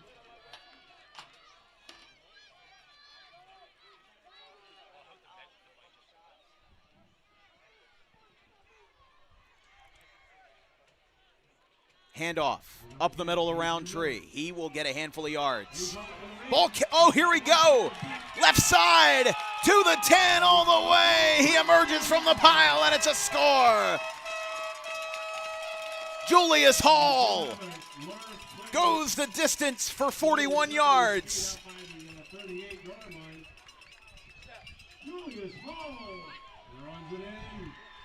Julius Hall with the score to make this a 3-score game. And the Eagles lead this one 18-0, and they're going to look for their first PAT of the day, as both of their prior attempts have failed.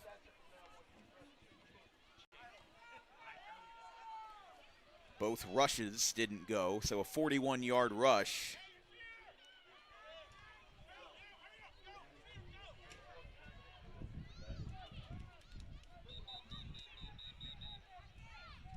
Whistles prior to the snap and a timeout.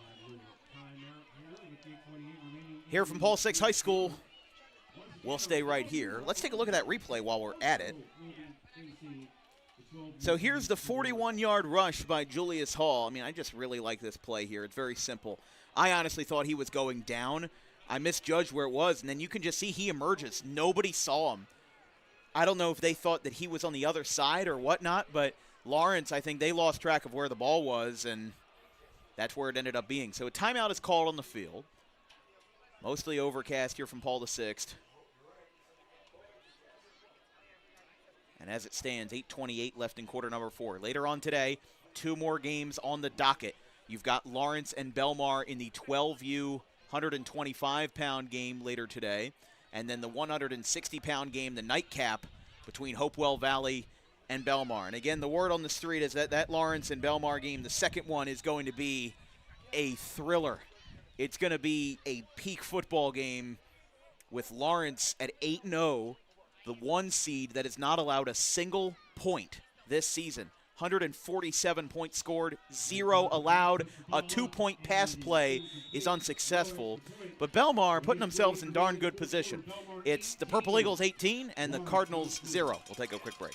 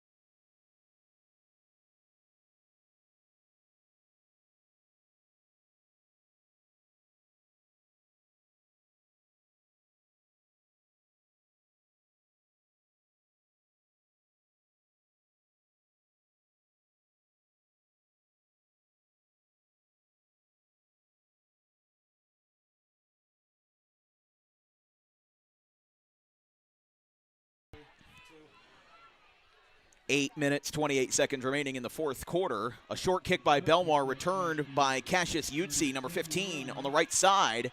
He's going to get some room. He's going to get a good return out of this. He is going to go inbounds. He runs into his own man, and he stays on his feet. A masterful kickoff return by the Cardinals brings them up to the 34. As Lawrence looking to get on the board for the first time today, down by 18 points. Their drive history today, they started off the game with a punt.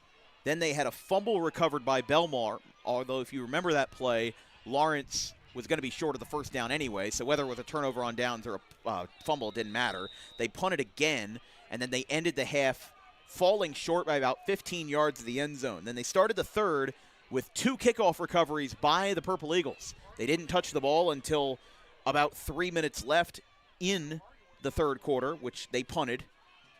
And then Julius Hall, as you just saw, had a 41-yard rushing touchdown. Cardinals stopped at the line of scrimmage on the rush to the right. As we did mention earlier, we do have our Thanksgiving Day plans set, 10:30 a.m., the 100th edition of Pittman and Clayton, the Pittman Panthers and the Clayton Clippers. The Pittman Panthers, funny enough, are a member of the WJYFL. So they've played a handful of these teams. They did not make the championship in either regard, but they did make the playoffs in at least one of the divisions. But again, it's funny when you watch these WJYFL teams because it's different as compared to the structure of their high school teams. We covered Pittman, I believe it was last Wednesday versus Audubon, a very small Group 1 school. We've got a flag, might have a hold on the line. Cardinals got up to the 25 on the rush by Cherry. And he wrestles the ball away, but this is going to be a hold on the Cardinals here. Just another rough break, but Northern Burlington, the first school that we saw in the high school level, is Group 3 in pretty much all sports as the Greyhounds, but they're also a pretty, if you've ever been to Northern Burlington, they have a big field up in Mansfield Township. I believe Lawrence in most sports is Group 2. Might need a correction on that. And then Belmar doesn't have a high school.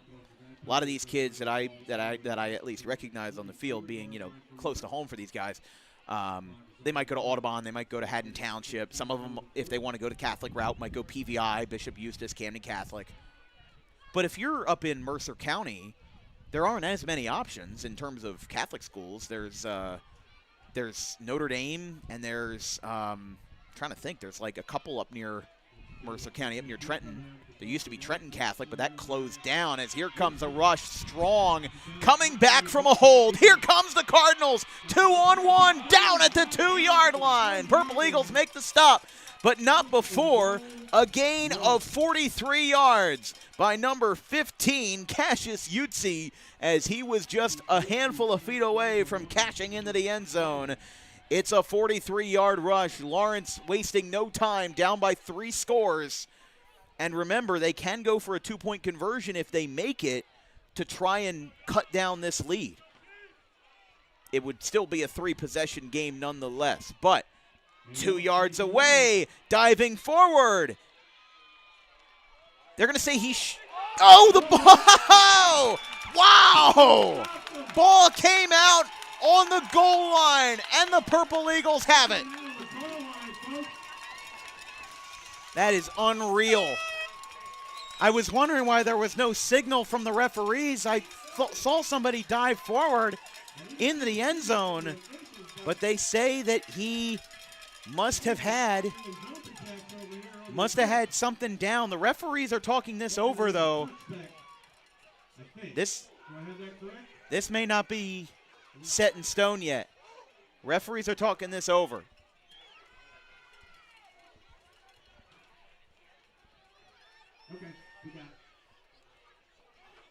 Belmar's coaches talking there. What a fumble recovery. It's the second time that has fallen against Lawrence.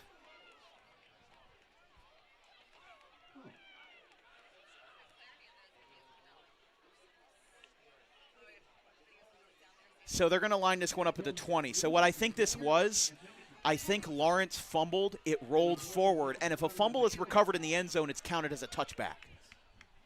The only way it would be a safety is if it was recovered by Belmar, taken out of the end zone, and then coming back in, which you could tell just off of the eye test that it wasn't.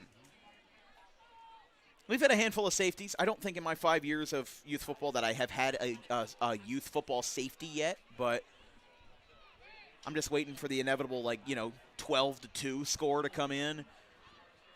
Here comes a handoff, and Belmar's going to take advantage of that fumble recovery. Number 24, Eddie Cross. Did the ball come out again? It did, but Belmar has it for a gain of 9. They're at the 29.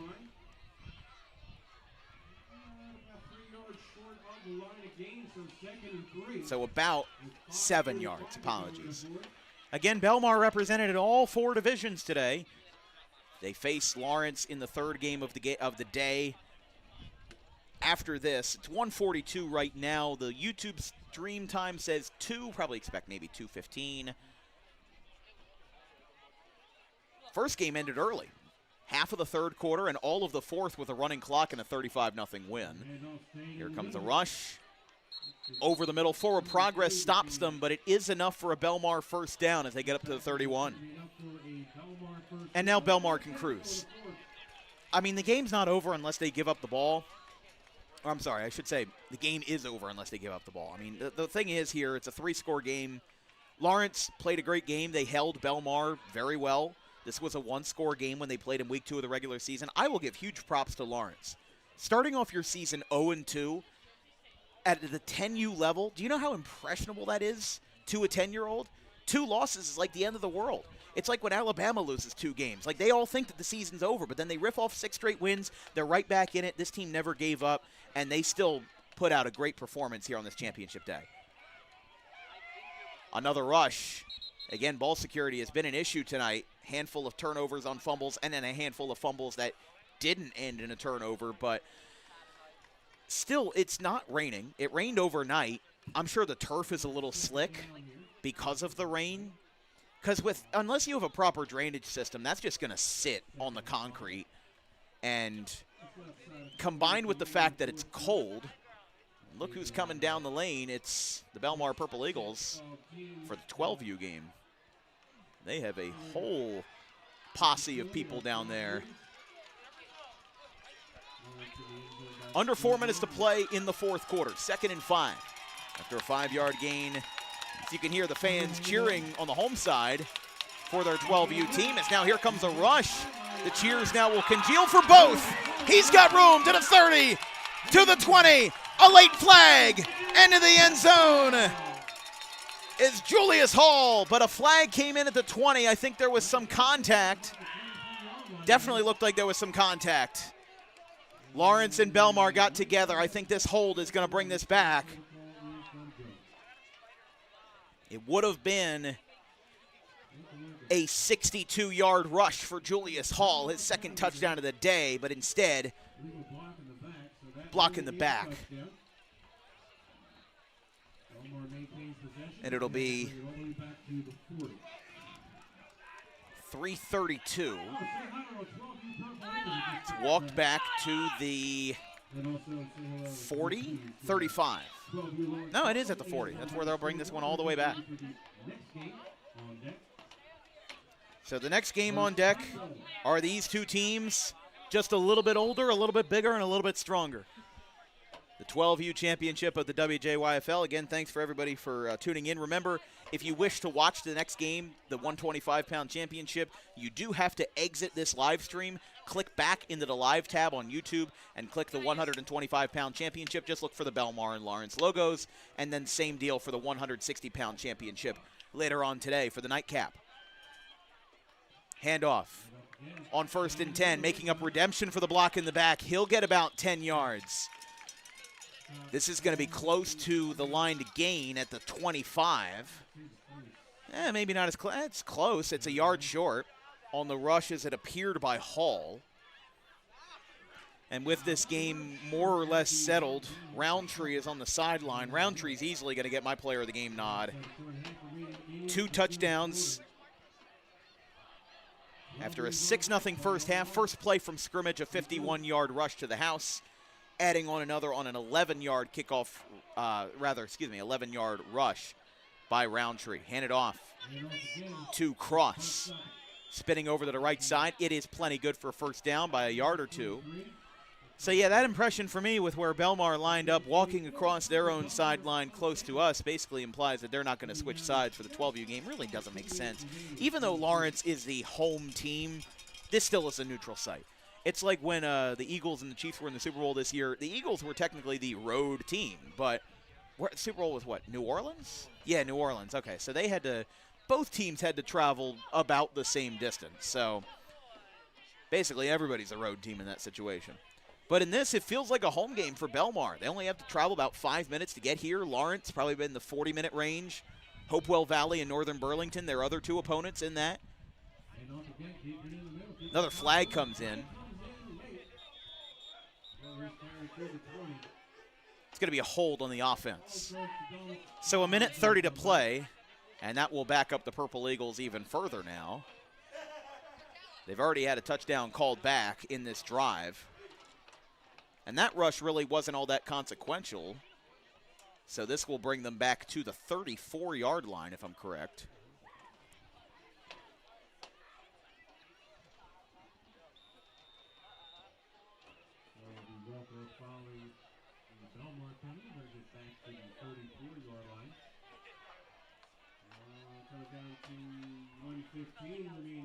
Belmar 18, Lawrence 0.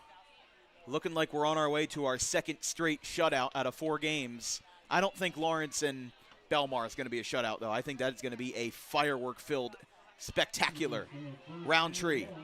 Check that haul. Getting back up about 9 yards, making up the difference for the hold. But we have under a minute left, and Belmar is probably just going to, they could probably just get in a victory formation at this point. Kneel it down and make the home crowd add a second ring to their fingers. Like we said, the most they can leave with today is 4. We mentioned before we even spoke a word on the broadcast that if they won 2 out of 4 today, it would be a successful weekend. But successful doesn't seem like it's enough for the Belmar Purple Eagles. You got 4 teams here. They're halfway to having all 4 come home with a ring. You can see that coach on the sideline. He's in jubilation up and down. They do not go in victory formation. They're going to try this one more time with Eddie Cross, and that'll do it. 10 seconds remain, and here from Paul Sixth High School, the Belmar Purple Eagles on this Saturday afternoon. They're 2 for 2. How far can the Eagles fly? They win the 10U championship 18-0. Your 2025 West Jersey Youth Football League 10U champions, Belmar Purple Eagles! Hard to believe that that drive took 6 minutes to end the game. And again, our player of the game going to Christopher Roundtree. 2 touchdowns. Kind of fitting that he had the second to last touch. But the Lawrence Cardinals, they exchanged the flag to the 12U team, a team that in the regular season did not allow a single point. And it'll be interesting to see if the Lawrence Cardinals can hold their own in the next division up after falling 18-0 in this championship game. And Lawrence, well, they've won their first 2 playoff games 28-0. So we'll have to see. But either way, we'll be back in about 15 minutes, and I just saw Lawrence trot out a field goal kicker. We're going to be in for a treat. First of all, thank you to Javier Harris for tuning in working these first 2 games today. It'll be Ben Wilden for games 3 and 4. So thank you to Javier for coming out today. And but the constant will remain. I will still be here for games 3 and 4, Belmar and Lawrence, and then Belmar and Hopewell Valley. So we will be off the air for about 15 minutes. Remember to click on the live tab and rejoin the live stream for the 125-pound division. Thank you very much. We'll see you in a little bit.